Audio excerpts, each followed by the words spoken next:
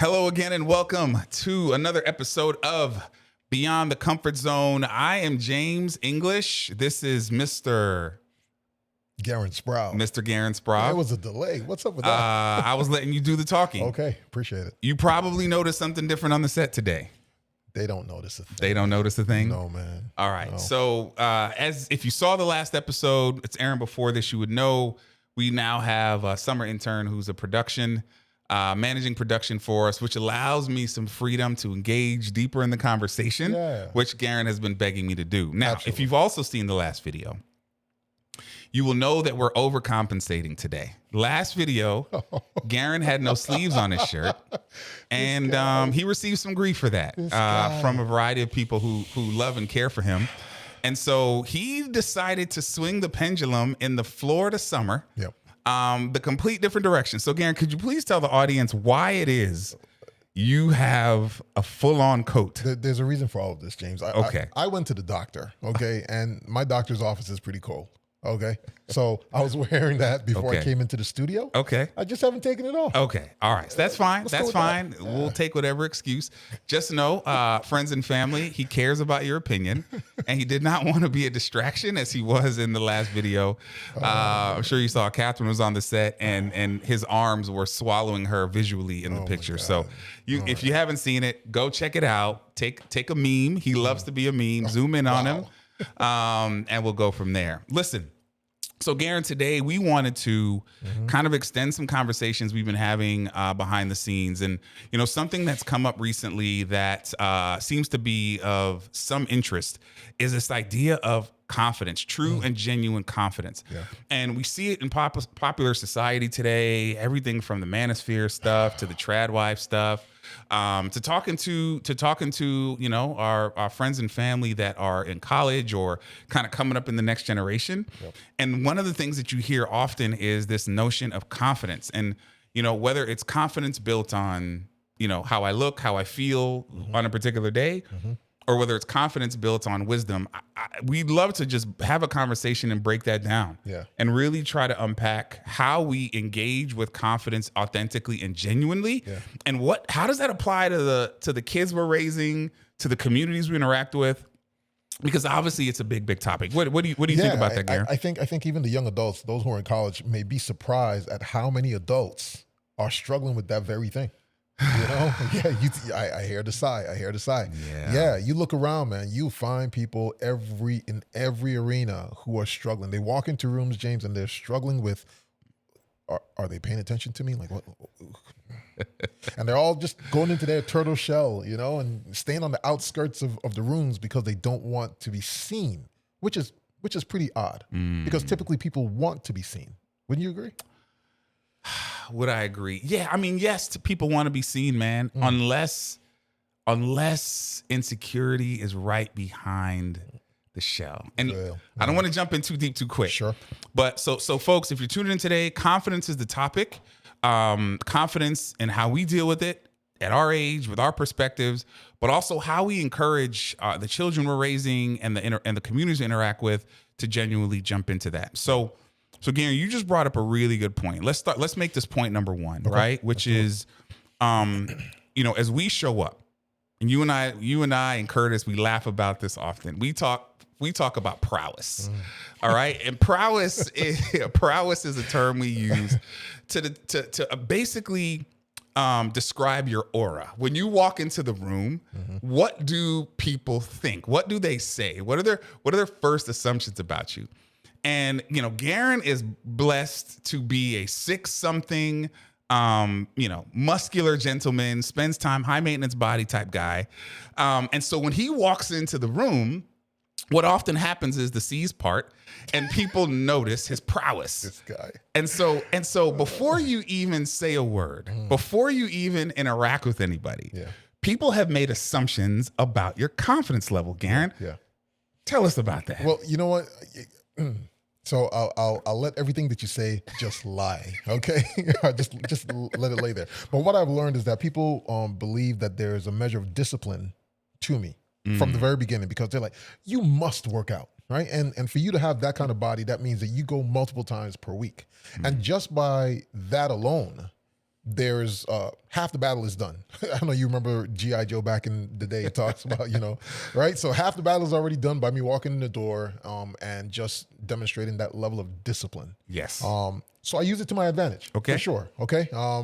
And it sometimes people walk up to me and they say, "You must be somebody I need to know." They've never met me from Adam. I've experienced this with you. Yes. So again, there's a level of humility, but then there's also a level of awareness that this is happening. What do you do with it, Gerren? That is part of confidence as well, James, right? Because it's how you use the power that you have in the moment. Right. So I'll stay right there for right now. Yeah. So this part of it, this prowess kind of dynamic is something that in pop culture today is a big thing.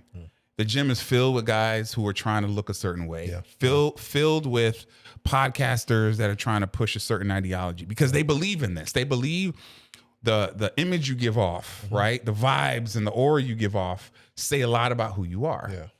And part of what I want to get into with you, because again, we talk about this all the time. I have a minuscule amount of the prowess he has. But now, the way you show up is different as well, James. I understand. We talked about I understand. It's not going to be only about Gerren. Okay. As you can see, I'm always his confidence is already breaking down because we're talking about his prowess.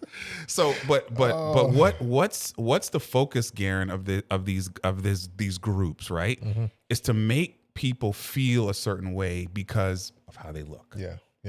And it seems to be a fascination right now. My niece, our producer, she introduced me to this whole looks maxing. Yeah, I've heard about that thing where the guys, are trying to shake their jaw with the the little exercise pounders. That's what they're using to put on their face to break the bone, to shape the bone. And it's working.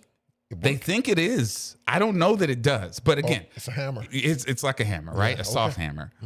But the idea that I'm putting all of my effort and energy into how I show up, how I look, the aura that I give before I open my mouth and say anything, seems to be the fascination winning the day. And what I want to get into with you is, man, the vulnerability that's very right behind that. When you have to open your mouth, when you have to represent yourself.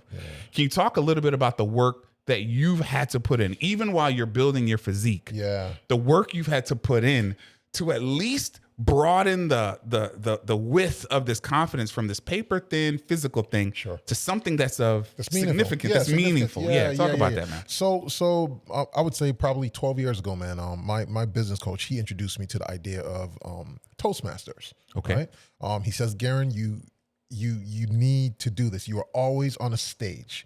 You're always in front of someone. You're always talking to someone. You need to respect and honor those moments. So I suggest you go to Toastmasters. Now, in the beginning, I wasn't interested in going to Toastmasters. I would go and I saw these people getting up and doing these speeches and all these different back tables. And I'm like, what is this, man? I would go and then I wouldn't go. I'd go and wouldn't go. Until one guy grabbed me and he says, come on, man, you need to show up. And I'm like, why do you even care? And he says, because you're good. You need to show up. So I committed to it. Every Friday at 7:30 in the morning, 7:30 to 9, I'm there at Winter Park Toastmasters. And I am building on this thing. I'm learning that when you're at the back table, you actually learn people's names and you learn how to listen. And you listen for the ahs and the ums and all these nuances that comes with communication. I didn't know that was the gift in this whole thing. A lot of times people look at Toastmasters as, okay, I'm going to go up and I'm going to give a presentation. It's much more than just a presentation. So that's one thing. The next thing is my mother. She was an educator and she would always invite me to read a book. Reader's Digest was her main thing, man. All right. And so she was always pushing that every day for us to read. And my friend Genevieve Baird, when I was in college, she was also an avid reader and she was always recommending me to read. I wanted to watch football. She says, read, Gerren. So these two things I started to implement into my day. So if you look on my calendar, James, there's a time in the day where I stop and I present in the mirror. I literally just pick a topic and I just speak on that topic for 30 minutes in the mirror, right? Judging myself, I would record myself. I'll turn off the camera or turn off the audio and just look at my expressions. Or sometimes I'll put on the audio, listen to it, but not look at myself. All of these different things to improve upon my communication skills as I'm standing in front of someone. Last night when I was at a networking event, James, this one gentleman, he's talking to me and we're around the bar And the waiters and waitresses, they're moving with, with their bottles of wine or with glasses, and they're moving through the audience, and people are moving and shaking their hands. And while I'm speaking to the person, I'm like gently just like putting my hand on the shoulder just to keep him from moving because I see the waiter pulling behind him. Or I would just like rest his hand or just like tilt or shift myself so people can move. And he said at the end of the night, he's like, listen, this is the first time that I've met you. But he says, I learned a lot from you today. You are so aware. I saw you talking to me, but you were also paying attention to the room. Like, how were you doing that? And why were you doing that? And I said to him, it's the thank you moments. I know that this person is passing through and they don't want to spill that glass of wine. I know that somebody's waiting for the glass of wine. So I want them to get to them. I know that the waiter and the waitress or somebody who's walking by doesn't want to stop our conversation and say, excuse me, sir.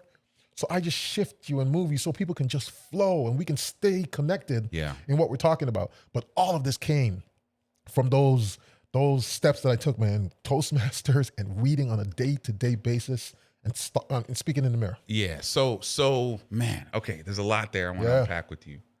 So first and foremost, to confirm, your efforts to bolster your confidence, I'm seeing come through presence and humility. Okay. Which are not the ingredients that those guys in the gym. Yes. In fact, one of the biggest like conversation pieces the generation's having in this, like, manosphere, it's an overused term, but in this kind of male confidence crisis dynamic is never apologize. Don't ever show weakness. Apology is weakness. If you let anybody see or think that you did something wrong, it's a sign of weakness. What I heard you say is, I'm present. Yep. You're doing the work in the gym. You're doing the work on your physique because that's just health. It's everything that you need in order to continue a healthy life. So that's a non-negotiable. Sure. But the next thing I'm hearing is I'm present. Yep. I'm present in the moment. I'm observing the places that I am. I've prepared myself well. I've spoken. I've read. I know better than anyone that I'll meet for the first time how I show up. Yep. Because I've watched myself and trained myself to be present. To be present. And because I know myself, I'm not insecure about the way I show up when I start opening my mouth. Yep. People may have already had an assumption about me from when I walked in the room. But now that I'm actually in the room and there's a conversation happening, I can genuinely engage because I'm present. And then the last thing I'm hearing is humility. And let me explain why I say humility. Go for it. Humility I see because you are not only thinking about the first move, you're thinking about how that move affects the person who's ultimately the recipient of the second move. Yep. So the fact that you would reach in and show care, even as you're being present. So I'm imagining, Gerren, that you're sitting there, you're in the middle of a conversation. At the corner of your eye, you see what's going on. Yes. You're holding this guy to prevent it because in your mind, you've already figured out, wait, that guy is going to deliver a glass of wine to somebody I cannot see. But I can see him and I can see who's coming to him. And I'm going to engage, be present, and also in humility, prevent the inevitable disappointment that could happen and the distraction that would ensue and take away from the waiter who's trying to just make a living. And then the person who's also trying to get their glass of wine. And all of that because, Gerren, you've done the work. It's wild how, as you're explaining that, James, I'm getting chills through my body. Like man. Yes. Right? I'm thinking about all of that. Absolutely. And it's natural. Yes. You're not only thinking about the person in front of you that you may be trying to impress, because you're not, because you're present. Yes. You're just being who you are. We're talking about authentic confidence. Yep. Right? But this additional layer of strength through this superpower of humility is something that I don't think gets enough spotlight in this conversation. Why don't you think that is, James? Man, because of what you said. All right. We're all familiar with the 10,000 hours kind of concept, right? Yeah. Put in your 10,000 hours and right. It puts you into a stratosphere, that everybody would, desires to be in. What you described, Gerren, is 10,000 hours in the gym, 10,000 hours in Toastmasters, 10,000 hours in the mirror at your house, 10,000 hours, 10,000 hours, 10,000 hours. Not one, but 4 or 5 Different lanes. that get you to be there and relevant and a superhero of sorts in this place. You are able, your senses are able to pick up on things you're not even involved in because your mind is looking for ways to apply this very unique trait of humility. Yep. There's something, James, that you taught me years ago when you introduced me to golf. I remember us being out there on the field, and you said on the course, and you said we were having a different conversation. You said it's better to be, what is it, interesting versus interested, or what was it again? Yes, better to be interesting than interested. Yes. Listen, man, that stayed with me from that very Sunday.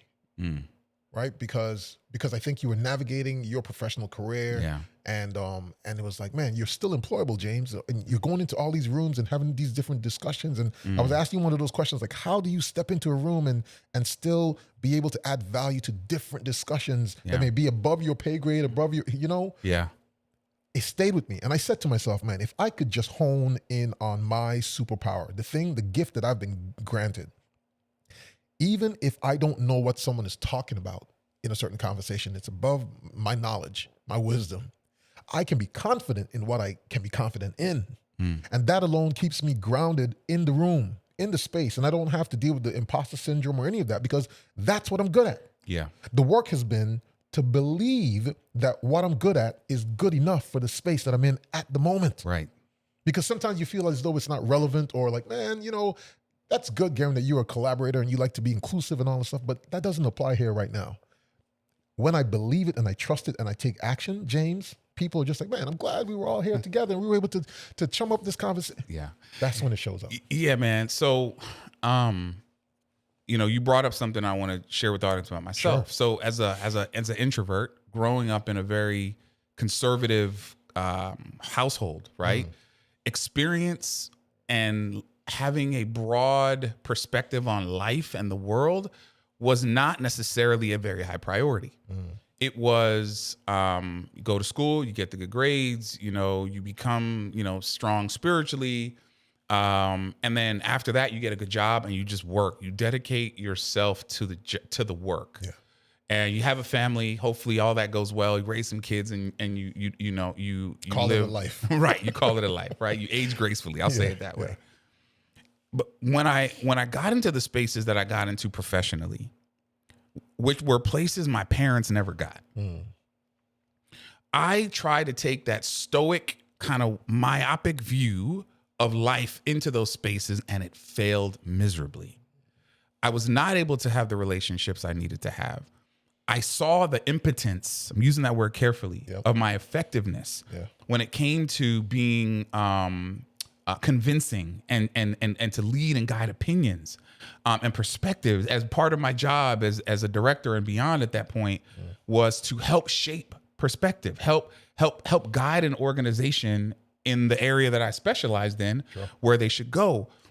And I was always very frustrated. Why do people say what they say about me? And I never forget it. My boss at the time, one of the best bosses I've ever had, she came to me one day and she said, James, hey, I have a question for you. I said, what?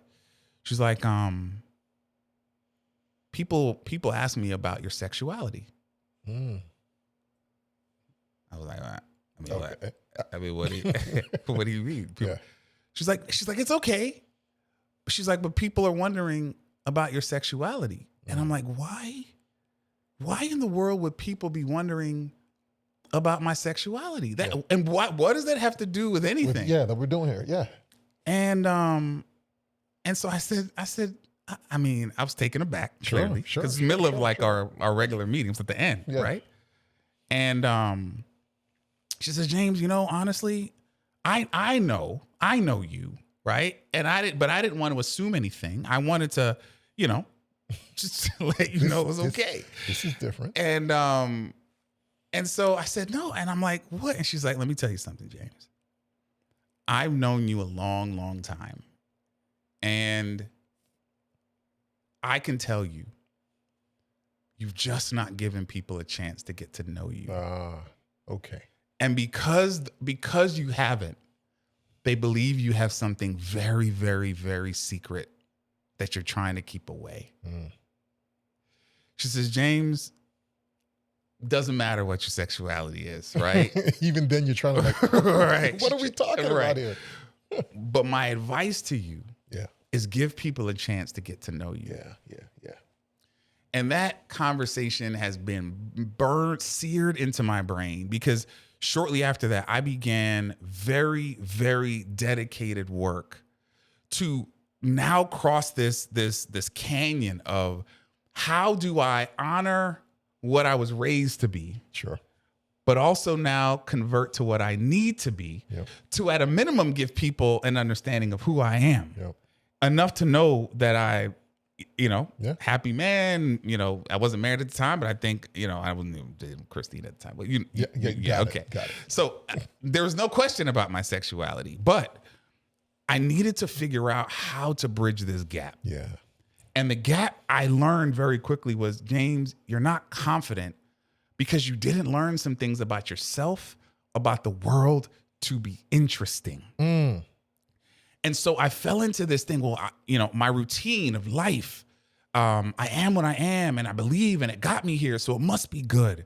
And I missed out on this opportunity to learn about the world and be interesting, to be able to carry a conversation that was not just about work. Yeah. Right. Yeah. At the time I was doing the work in the gym, so physically I felt great. But when I showed up in a room, when I was at a business dinner, right, that would last 3 hours at a steakhouse on a Tuesday night, and I had to sit there, and all I knew was work. Man. And the person there wasn't looking to talk about work. They were looking to talk and learn about me, for me to be interested in them, and to see what we have in common. The business would be the 5 minutes, 10 minutes at the end. Everything else, relationship. So I went to my other boss, I switched bosses at the time. And I said to him, look, you are a masterful conversationalist. Everybody in the community loves you because they know you and respect you. Yeah. I see the way you engage with them when we're out socially and otherwise. I need a boot camp. I need boot camp. I need reps. And he told me some things. He was like, James, even if you don't do it, you need to go learn about wine. You need to go learn about travel. You need to go learn about this. You need to go learn about that. Yeah. Go learn about some things so that at least when you're sitting down at the table, you have something to say. You can be relatable. Yeah. And that work, man, that work I put in, it took years. Sure. It took some years for me to not only learn and expose myself, do research, apply that, build up the confidence to be encouraged to talk about things, maybe even things I hadn't even experienced yet. Yeah. But the idea that I know about them and could talk about my desire to one day experience it was a conversation unto itself. Absolutely. Absolutely. Sometimes people feel as though like they have to know everything about that topic, and that's not the truth. No. Right? We were talking to our producer here and about just sometimes asking a powerful question is just good enough. Learning how to ask a question. Learning how to ask the question is the 10,000 hours of work. 1,000%, because you keep the conversation going. 100%. You move. You allow someone to now interject and give their perspective on a thought. You don't have to be the person that's carrying the conversation. And you know that I do this often, right? And do it well too, where I might just ask a question, plant it inside the room, and then sit back and watch. Watch the magic happen of people, the superpowers just starting to show up, and people sharing their perspective and where they've traveled to and all of that. But James, it started from that question that you asked me on the golf course. Well, that statement you said, man, be interesting. Yeah, be interesting. Yeah. So for me, I'll tell you this, man. So my wife laughs at it. My kids sometimes laugh. When I'm in the shower, when I'm taking a bath, man, I am watching something on YouTube, 100%. Something random. Yeah. Right? And they're like, why are you always listening to something random? Like, be interesting. Yo, I do the same, man. And again, the idea that you have to, I want to make sure the audience is clear. The idea that you have to have experienced everything is a misnomer. You don't. You just have to be interested enough so that you can be interesting. And what I mean by that is, if you go and do the work, learn some words, read some books, read some articles, just come up, expand your horizons to the discomfort point. Yeah. Right? Yeah. To the discomfort point. When you go into a room and people are searching, Sprav. You can start. Hey, I just dropped this word. Hey, what about this Pinot Noir from? What do you think about that? You don't have to have a glass of wine in your hand. You just need to know that. Oh, well, this is. Have you been to the conversation is started? Listen, Chris and I went on a cruise. And I won't blow state secrets here. But Chris and I went on a celebrity cruise. I remember you talking about it. And if you've been on a celebrity cruise, it's a different audience. Okay, it's much more mature. The excursions are art shows, really, not other things. And we got ourselves invited to an art show. So we go. And we're talking and we're walking around and we're dressed and I've got my arms behind my back and I'm looking interested and that's right. So the one of the other guests comes up and like, do you know this particular artist? I'm like, no, I don't, but I'm interested in learning and I see this and I'm literally just saying words about the picture. I love the coloring and I love the this and I love the you're an art enthusiast. And next thing you know, like, they call, hey, this gentleman, he's interested in this art and this artist.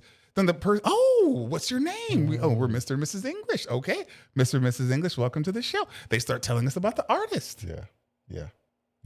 Right? Yeah. That which led into, would you like to bid on some pieces? Okay. Oh, we could definitely work with you. Are you building a collection? Do you rotate your collection via the season? And we're there saying, what?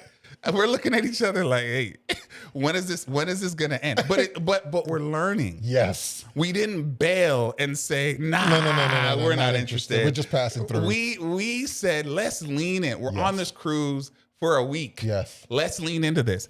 I kid you not, Gerren. Every single night, we met somebody at dinner, at a show, around the entertainment in the middle of the ship that saw us at the event and came to us. We ultimately did buy some pieces. Okay.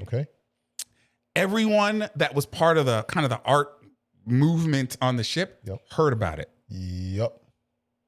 The people wanted to take pictures of us and put it up on the website for the thing. Why? This is a young couple that's interested in art. Yep. And they bought some. Yes. And they're fantastic and they're wonderful. Listen, there's so much there.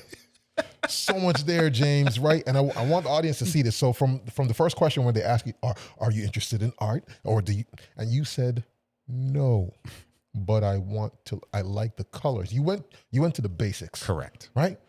Just to kind of keep yourself on the court, in the game. Yeah. Basics. And that was enough for them to say, oh, are you an artist? Right? And they took it there. Listen, if at the end of that evening you invested because you wanted to, or because you recognized investing a couple $100, or if it was a couple $1,000, was part of the lesson that you learned. Yes.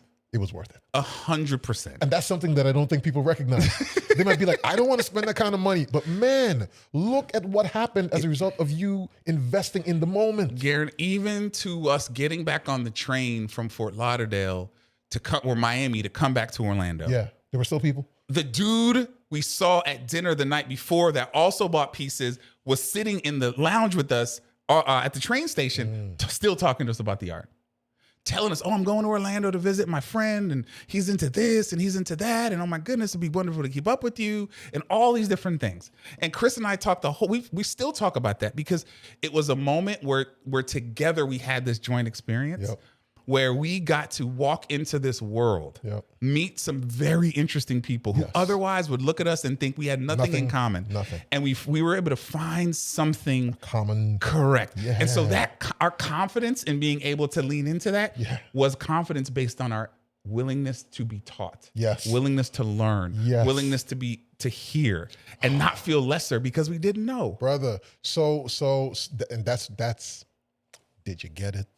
I really want people to get that, man, because people, going back to that whole manosphere, the image that they portray is that you should know it all. Like you are the alpha. Correct. Right? Whereas the humility that you saw in me is like, I don't know, but I'm willing to learn. Right. which opens you up to so much because people are so willing to share. 100%. And you get more out of them when they get to share than when you just try to compete with them in these conversations. Absolutely, man. I got a friend of mine that met me off of TikTok. I call her a friend. Her name is Liana Shauli.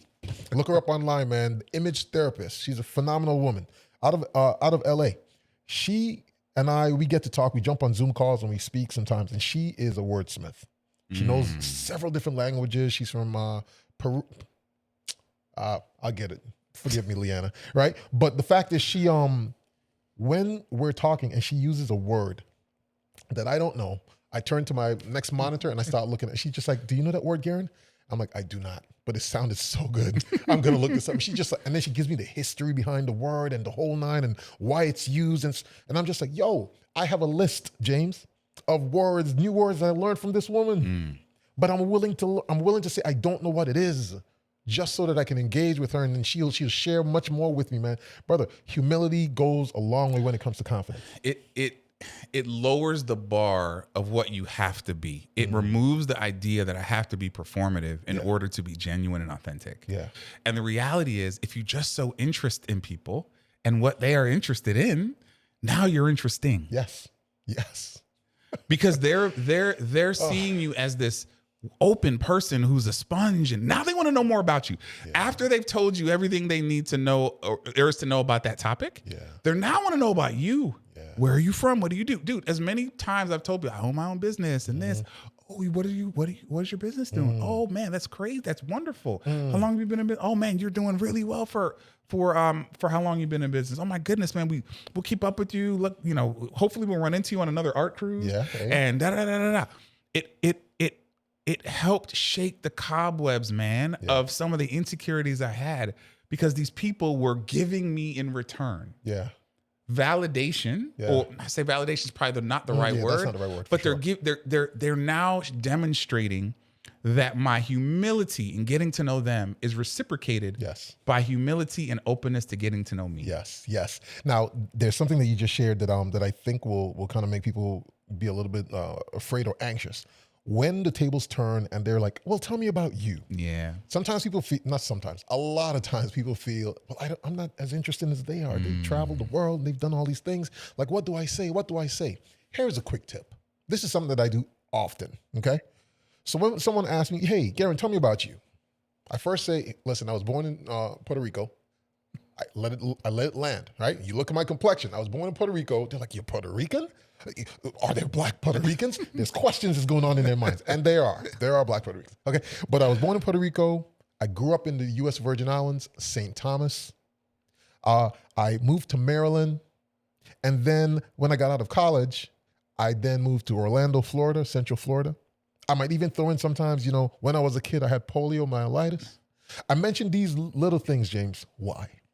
Because my belief is that person who I'm talking to will resonate with something. Yes. Either I went to Puerto Rico. Oh, I was on a cruise and I went to St. Thomas. Tell me about it. Right. Now they get to talk about it. Or you went to, did you go Terps? Did you go to University of Maryland? No, I went to a smaller college, Columbia Union College in Tacoma Park, Maryland. Then I went to Strayer University. I didn't pick up my degree. What degree did you get? Computer science, but that's not really my thing. This connection that we're having right now is really my thing. Yep. Right? And then I mentioned the business and that, all these little touch points to engage that person, and then the conversation continues. Yeah. It's funny you bring it up because I was having a conversation actually this morning with a colleague of mine I've worked with over the years, and she at times helps me with some of our consulting work. Sure. And we were talking about how things are going for her, and in relation to one of the stops we worked together at in my career, right? And we were talking about some folks, and she made a comment. She's like, James, I think they're intimidated by me. And I said, she says, I don't think they're intimidated by me, because she was articulating some challenge. She's like, they're not intimidated by me. I said, stop right there. I said, I won't say her name. I almost said her name. I said, they're absolutely intimidated by you. Why do you think that, James? I said, because your story is so compelling. It's rich. Born in Vietnam, refugee in the Philippines, moved to the U.S.,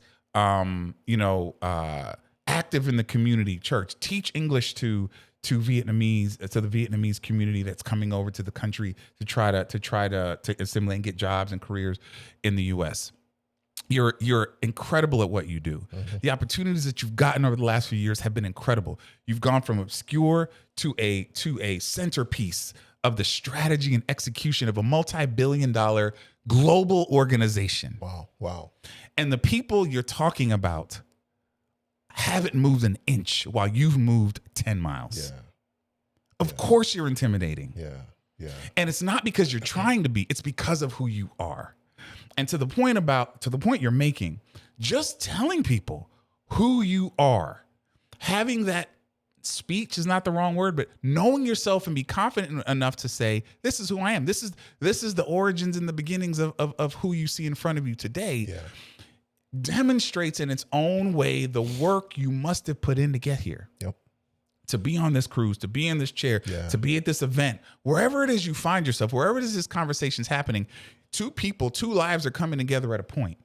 And they know how they got there, and they're curious about how you got there. So when you tell your story about Puerto Rico and then polio and then Virgin Islands and the U.S. and, you know, this and that, and how you built multiple businesses and now how you're coaching and speaking and doing all these things, to them, it's like a whirlwind. Yeah. It's a whirlwind. But you're showing up authentically. Mm-hmm. And that, I'm introducing the word, that vulnerability. Yeah. To them comes off as admiration. Like they admire, wow, you are somebody who's been through some things and are worth talking to. Yeah. You're somebody that I have not been through all that. So I can learn from you. I didn't recognize the diversity of experiences that exist. So with that, now I'm ready to sit and understand you. Yeah.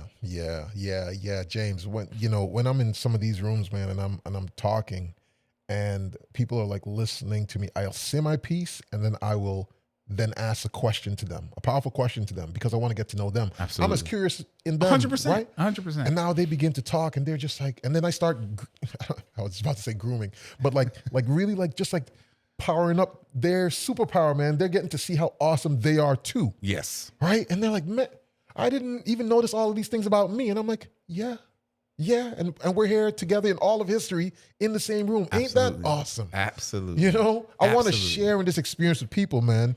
This is something that you just said though, that I want to bring Catherine in on, because she is a very educated, intelligent young lady. You may notice, 2 conversations ago, this is off camera stuff we were talking. When I came in and you and Catherine were talking, and for, I don't know, probably for 30 minutes, I just sat here and listened. I had not that I had nothing to say. I said nothing. Because part of going to Toastmasters is also about listening, right? And when you fine tune your listening, you'll know when you're to say something and when to add value and when not to. Sometimes just listen, be present, right? And I listened to how you and your niece engaged. And I'm like, man, she is a student in college. You're professional, right? Travel the world, have businesses all over the world, and you guys are talking like peers. And in my mind, I'm like, this is awesome.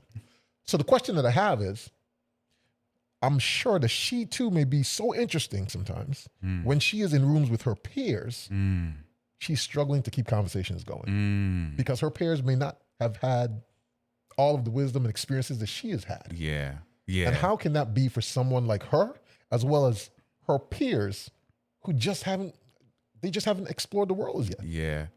So Catherine, the voice of God and the voices of God in this scenario. So you've heard the conversation, you heard Gerren's question. So how does this look in terms of your generation, folks that are in college, getting ready to enter the workforce, the life force that will push us forward? Like how does this conversation of confidence and how that shows up in your kind of age, how does that resonate? Hello, everyone. I'm back again. So I definitely see the lack of confidence, not just like at, local school events, but like also at conferences I attend at, and even at, school events, like just for like parties and stuff. Because, go to college, you're like, hi, how are you? Nice to meet you. Things like that pickup line, like, oh, what are some things about you? Even though we don't really say it like that. Mm-hmm. But I know, like, what I do now when I went to, like, I transferred into FAM. One of my, you know, super cool facts about me is I was on a TV show, which y'all should go watch, Road Trip Nation, where I got to travel the country. That's one of those experiences most people my age don't have. And I tell them, like, from that experience, I also got to do a lot of stuff, traveled a lot, even after the recording. And a lot of people are, wow, that's crazy. I can't believe you did all of that and you're just this age. And yeah, they're like, oh, I'm behind, or they have this thing that, oh, she's like super cool and I'm like super far behind. I'm not trying to glaze myself, I promise. No, it's okay. It's okay. I don't want to sound like super too self-centered or anything, but I also as well do it too. Like, if you watch the documentary, we actually interview somebody who was only about a year or two older than me. She's from Ecuador, and she actually got to go to school in Singapore. From there, she just traveled the world. She said, oh yeah, I went to Europe. I went backpacking through Europe. She didn't live in the dream. And me and the other two people I was on the trip with, which is in awe. I was shocked. I was like, oh my goodness, that's crazy. Yeah. And she was only like 2 years older than me. I felt like I was behind. I was like, oh my God. So even you felt behind as well? Pull the mic a little closer to you. Yeah, you're good. So even you felt behind her? Yes. Because of what she did? Yes. This is interesting. Even when I was interviewing a lady in San Francisco, she started her business, a dance business and a modeling business, at 19. I was 20 at the point. And the fact that she started a business, had a business, and I'm not going to disclose her age, but still have it for years, I'm like, how, why, what? It was just so like bizarre to me. Like, how could people be that far ahead in life and be so young? Because I'm thinking, you know, you get that experience when you're older. You know, you got to work, you know, your little entry level and then build up. But nah, I see people my age, near my age, doing all these things, traveling, learning, exploring, studying abroad. Things that I would love to do, but, you know, maybe financial reasons, etc. And I've just started to feel insecure because when I'm seeing all these people tell me about this amazing stuff, amazing trips, and I just get jealous, low-key. This is interesting, man. Not fair. Yeah. Meanwhile, you were doing some pretty awesome things yourself, and other people looking up at you saying, man, she's so far ahead of me. Right. Yeah. The cycle continues. It does. So there's a relatability and relevance aspect here, right? My perspective is only so big. And when I compare it to other people's perspective, that's big. Yeah. Again, age doesn't have anything to do with it. That's one of the things that Gerren and I are not the same age, but we feed off of each other, you know, consistently. Right? Yeah. And we've got friends around us that are various ages, some younger, some older, all with their own experiences. And those experiences, because they're different than ours, add value to ours. Yes. And so life is not broad enough or long enough for us to experience everything. Right. But if we are out there building these relationships, opening ourselves up, it can absolutely be rewarding to the point that we can plug into the experience of others to improve our relatability. I have experienced that, James. Earlier in this conversation, we were talking about the arts. And if I'm correct, on your wall in your home, you guys have some pieces. Yes. Right? And even though over the years we've traveled together on numerous occasions, my wife Josie and I, we have not gotten into the arts. Yep. But we can appreciate the fact that you have. Yep. Right? Yep. Now, I remember when we've traveled abroad, for the first time in a long time, I was able to just travel with my passport in my pocket and just, what am I supposed to do? What am I supposed to do? Give it to this person, Jay? Okay. Because you and your travels over the years gave me the confidence to simply now just sit back and just be part of the whole experience. Yes. You know? So it's that whole idea, man. When you go off and you do something and I go off and I do something and Catherine, you go off and do something, now we get to plug into each other's experiences, man. Yep. It's a wonderful thing to me. You know, travel is so underrated in terms of confidence. And the reason is probably not what you're going to expect me to say. Okay. For many people that may be watching or engaging with this, we are used to living in a society that is completely catered to us. We know what to expect at every stop, whether it's travel across the country or, things like that. Yeah. And going to places, and I'm not talking about the Caribbean, because even the Caribbean at times caters towards the US, but going to places where you feel like a fish out of water and you have to like learn the customs and in order to engage authentically, you have to learn and respect and be interested and all these other things. Like, it brings out another side of you. Yes. And the speed at which you have to learn and absorb does wonders for your perspective when you return home. Okay. And so, I can honestly tell you, stories, yeah. I can honestly tell you, I mean, some of my greatest memories and learnings have come out of the country. Yeah. And, to the point where now if I'm not overseas like every 6 weeks, I start to get an itch because I'm now thirsty to go and learn more. Experience. Yeah. Right. And I've told you, I mean, there's when I travel overseas, I typically travel alone. So for me, there's this process of the journey, getting there. Yeah. There's the process of acclimating, right? And my schedule there is typically crazy. Yeah. Yeah. And then there's a process of I call it acceptance that I'm going to be alone, acceptance that my sleep patterns are off, acceptance of all these things that are important to me and my clock and how I operate. Yeah. But then beyond that, there's this extra like level that says I'm experiencing something new. I'm learning something new about myself. I'm learning something new about my team. I'm learning something new about the country I'm in. I'm engaging with the person I've never engaged with before. I can tell my accent is starting to change a little bit. My mannerisms are starting to change a little bit. And it's not disrespectful. It's changing automatically out of being able and willing to relate. Yeah.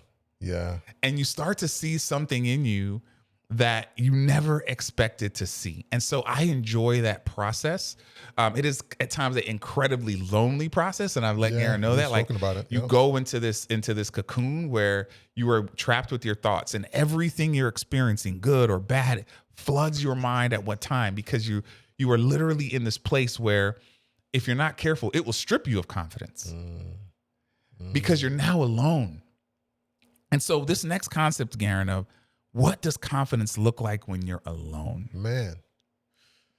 Talk about it. So I'm going to be honest, and I don't have the experience on this. I'm just going to tell you what came to my mind when you asked that question, as you were kind of gearing up to it. I think about the many individuals out there who have chosen to be single,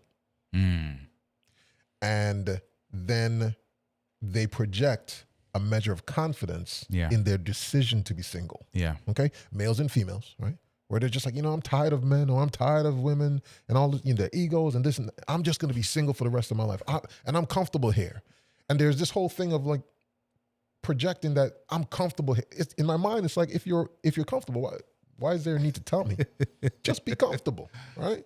But yeah, like you said, man, I mean, you've had these experiences, James, where you are overseas and you're alone, and we've talked about it, in the middle of your nights when your body's still awake. Yeah. When you're stuck there with your thoughts. Exhausted. And you have to reconcile those things, man. And there's stories that you tell yourself. 100%. Right? And these can be empowering stories or disempowering stories, man. Sometimes you have control, sometimes you don't. 100%. Right? Yep. So when individuals are alone and they are now experiencing a different version of themselves, and the confidence that they had over these years in the past, it's now shifted, and they still have to show up. The question is, who's showing up? So this is another part of this conversation I think is grossly under discussed, right? Doesn't get the limelight or the shine it needs. Because confidence when you're by yourself is the absolute hardest to develop. When you talked about the beginning of this conversation, standing in the mirror 30 minutes a day, practicing, understanding how you sound, the impressions you give, that's dedicating time and energy towards developing confidence when you're alone. Yes. If you can sit in a room, a quiet, dark room, on a chair in the corner and be confident, you've done some work. Yeah. It has nothing to do with how you look. Yep. Because you can't see yourself. You're in a dark room. It has nothing to do with what you have, because at that point you don't have anything. You're not in control. You are in a circumstance bigger and more dynamic than you. And it's just you. Yeah. Nobody to boost you up. Nobody to be interested in you and give return, the interest you gave in them. The only thing that you have is the work you've done in your mind, in your consciousness, yeah, in your spirituality, yeah, to tell yourself the truth when everything else around you says something different. Yeah, yeah. Gratitude comes into play for me, man, because because I work from home now more than I do going into the office. I spend a lot of time alone. And there are those times, James, where I do, close all the blinds, pull the curtains, and I just sit in silence. Yeah. And the thing that gives me the most confidence in those moments is when I express gratitude for what is. Yep.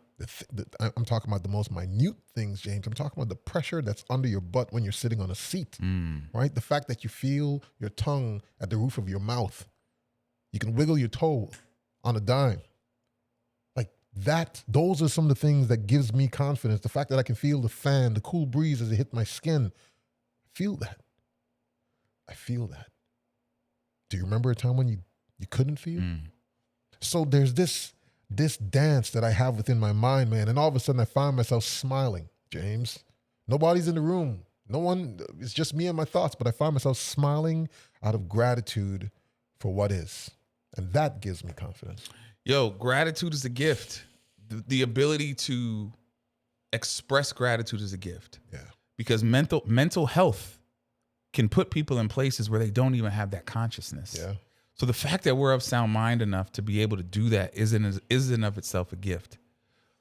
But Gerren, it's this reality of who am I? What am I working on? Who am I becoming? Mm-hmm. And again, it goes back to humility. Mm-hmm. When you are stripped down to nothing, can you be confident? And if the answer is yes, then somewhere in your formula is this idea of humility. Gratitude is an expression of humility. Yeah. Yeah. And it's not because you got something, but because you're recognizing something you've always had. And now you're actually calling it out specifically. I am grateful. Even in my circumstance, I am grateful. Yeah. For this, grateful for the air I breathe, grateful for, as you said, the feelings I have, grateful for conscious thought, grateful to reflect on memories of past. We talk about it all the time. If we never get back to some of the places we've been, we talk about those memories like it just happened last month. Yeah. And we still get the same 100%. Yeah. It's not just the memory, it's the feeling, it's the emotion that comes with it. Yeah. No one can ever take that from you. The gratitude you have and the confidence that comes with that. Yep. It doesn't matter what your circumstances are. Yep. That's currency. That is something that's been poured into you that can never be extracted. Man, I as you were speaking, I would say like a minute ago, I thought of days when I would be, my early career, when I would be out there cleaning, James, and I'm exhausted. I'm asking myself, what are you doing? You're a college grad. What are you doing, man? Right? But then when I started to think about the person who was going to sit in this chair or sit on this toilet or walk through these doors or rest their hand on this doorknob, and I was cleaning it and disinfecting it and all of a sudden I'm serving others. Yeah. And there was gratitude that came up in that moment. There was confidence that came up in that moment because I was doing a thing that made a difference tomorrow. Yeah. I do, man. As you talk about that, I reflect on, the time period right before I started the companies. Mm-hmm. And I went through some things professionally that would rock the most steady person. And where I was in my career was a place that most people would spend their lifetime trying to get to, professional lifetime trying to get to. Sure, yeah. And I was fortunate enough to get there at time when I was still relatively young, a lot of experience, but relatively young. And young, and to the point where despite how much you try to avoid it, what you've accomplished, your title, your status in the community and other places are in some ways tied up in your job. And then when you pivot and you don't have that anymore. Yeah. And you walk around. I remember calling you one day, and I went to a conference shortly after I started the companies, and I was sitting at a table, and I had the badge from the conference that had my name on it.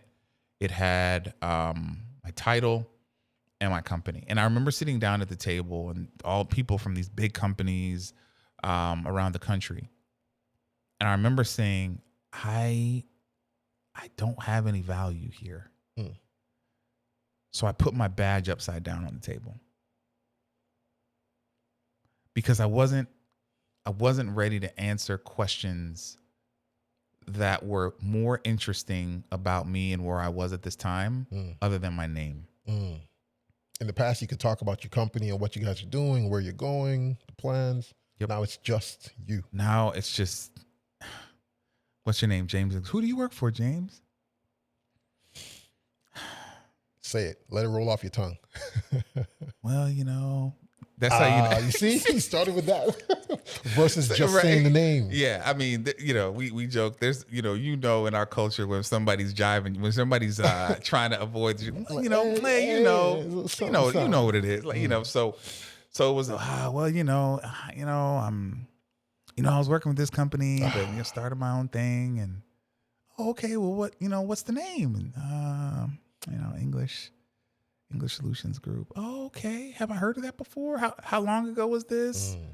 Oh, it was, last week, 2 weeks ago. Oh, what happened? Oh, okay. And then you start to feel, you anticipate the pity. You anticipate the whispers. You anticipate all the things. You project it. It's not the reality. I heard a great quote as I was going through my recovery from this, talking about we so often project the conversations that never happen. Never happen. We think that people are interested in our demise because that's what we were focused on. And we completely miss out on the fact that they are living lives too. They have their own journey too. They are not uniquely focused on whatever it is you're going through. And I became fixated on that. And so that whole conference took 3 days or whatever. 3 long days. It was long days. I think I actually skipped a couple sessions because I was exhausted emotionally. Yeah.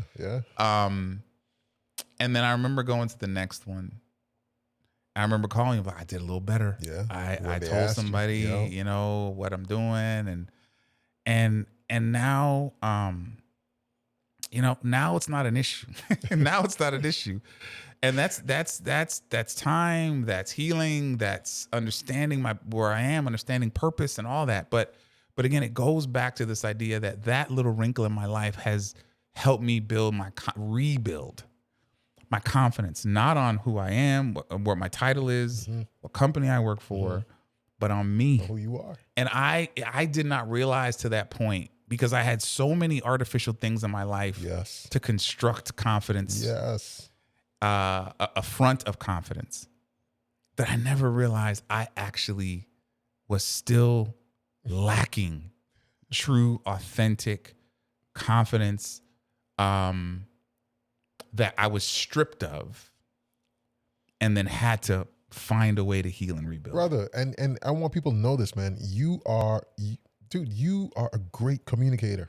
You articulate well. How many times have I called you with jumbled up thoughts and I'm like, James, here, I'm just going to share it all with you. Please make sense of it and give it back to me. And then I'd record our conversations just so I can be clear with my thoughts. You were someone who was a great articulator, and you found yourself in a situation where you couldn't even share the company that you work for. Didn't have the word, which is my own company. Think about that. Your own company, your my name. My own company. You couldn't even say it. Couldn't. I want people to get this, man, that even though like your superpower may be right there, but because you struggle with confidence, all of a sudden it can break all of that down just like that. Another thing is sometimes you don't know how much stock you have placed in your titles. Yeah. Company you work for, the car you drive, the neighborhood you live in. Yeah. And if it's stripped from you, who are you?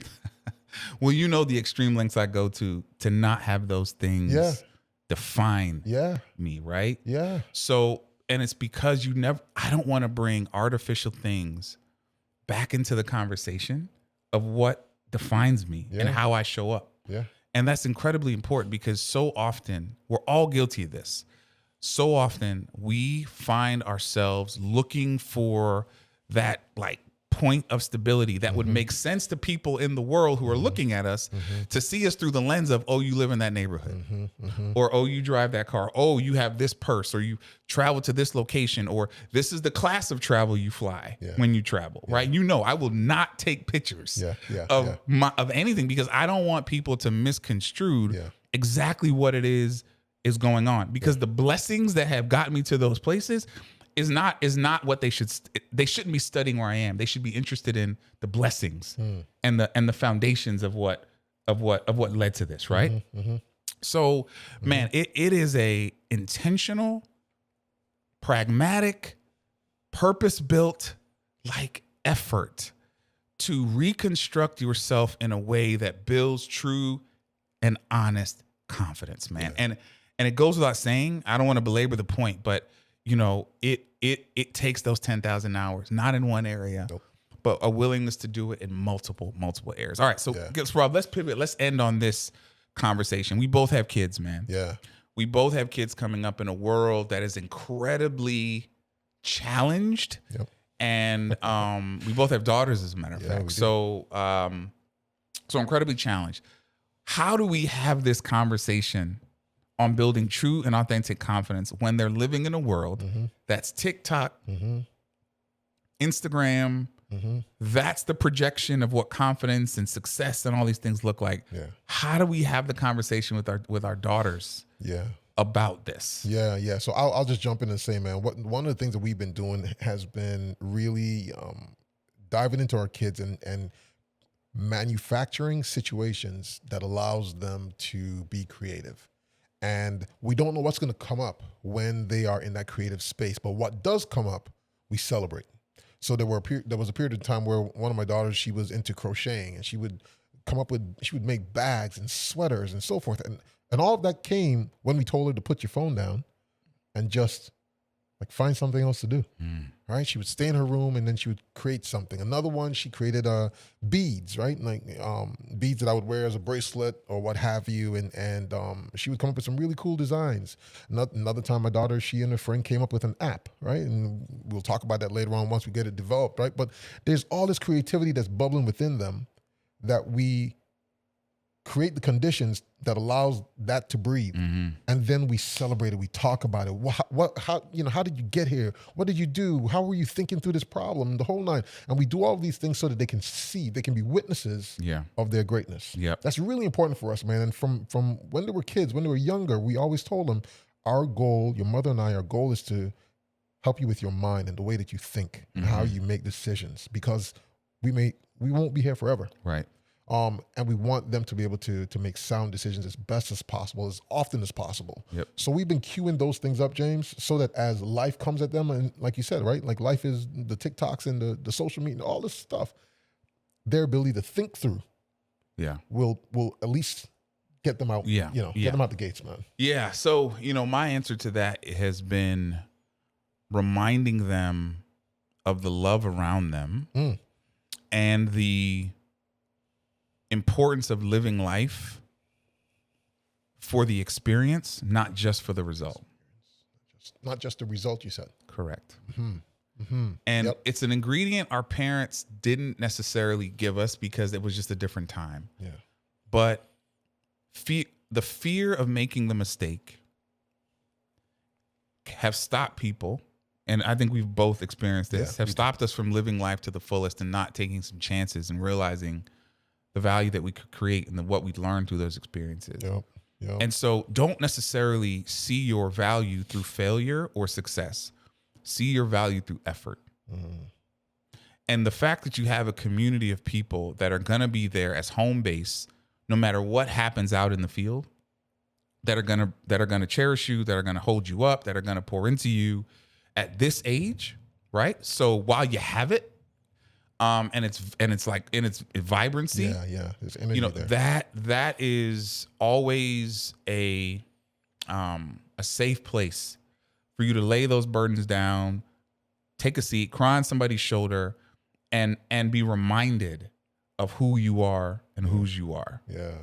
And learning that skill young, I feel, as I look back on my existence, I was built up. I was told, James, you're smart. You got the world's at your feet. You can do whatever you want. All those things are great.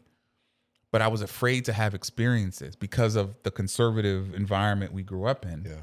And so allowing and encouraging my daughters to have experiences, to make mistakes in a healthy way, right? Sure. Meaning when I say mistakes is just don't judge everything by the outcome. Judge it by the experience. What did you learn? Yeah. And then let's have a conversation about it. And through the conversation, there's this restorative power that I survived it. I learned from it. Yeah. I grew out of it. So now let me go and build to go try again. Try something different again. That's a bottle of confidence right there. 100%. Yeah. Because now they're going into this thing boldly, not fearing what it will do to them, Yes. but interested in what they'll learn from it. Knowing that they have the ability to still like go through it. Correct. Yeah. You will survive it. You will survive. I have a friend of mine, man, she's been ill. Met her through the cleaning industry. And there's this thing that we always send to each other. But did you die? Okay. Her name is Jody, right? Yeah, Jody yeah. Carroll. And she's like, but did you die? And she's gone through some things where she was on the brink of death. And she posts something online, and I want to send it to her online, but I know people won't. Yeah, they're not going to get the joke. Get it, That's right? an inside So I got to joke. send it to her personally, Yeah, man. yeah, But yeah, did yeah, you yeah. die? Yeah. And just knowing that you did not means that you're able to You survived. Yeah, Right. Confidence. Absolutely, man. So listen, folks, as we close today, obviously topic is broad ranging. As you can tell, this is something Gerren and I talk about often. We laugh about often because the process of building confidence can be funny. Yeah. It is, when you're putting your time and energy in, it can absolutely be, it can create waves, right? In your experiences, and some of those can be enjoyable. And I encourage you to enjoy the experience, smile in the face of it. That's important. But the value that it will bring, and I want to focus specifically on building confidence in that quiet room when you're on your own. That is the key to the puzzle. That's the cheat code. It's the hardest work by far, but it will have the biggest impact on who you are, how you show up, and your openness to humility. So Gerren, close us out, man. Give us a closing word, man, and get us on our way. I think we've done a really good job, man, of covering the points that we wanted to make today, and it actually opened up some other conversations. I loved Catherine's input and perspective on the young adults and what they're going through. Yeah. If you're out there, man, and you are a young adult and you're wondering how are you going to, like, where are you going, what's the well that you're going to pull from to gain this confidence necessary to step out into the world? I mean, this is a great conversation to kind of reflect on, talk amongst your peers about it, and share thoughts and opinions. I mean, even play some stuff in the comments, right? Because we'd love to respond to you. You can reach out to us, reach out to the channel. This is a discussion a topic that we can talk about again, James. Absolutely. Right? And Gerren, if somebody wants to get a hold of you Yeah. for coaching or help or support as they think through how to build their confidence journey as they're working on, their businesses or what have you, how do they get a hold of you for that? Listen, the best way to just get in contact directly to me is contact me at gerrensprout.com. Look at it both ways. You can either go to gerrensprout.com and contact me that way, or just send me an email, a direct email. You can say, listen, I heard you on the podcast. Here's some areas in which I am struggling with. I'd love to just have a conversation, and we can schedule that. Yeah. Contact me at gerrensprout.com is my email.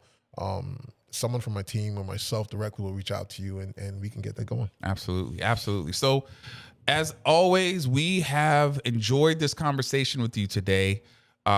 We look forward to seeing you again here on Beyond the Comfort Zone on the Growth Mindset Network.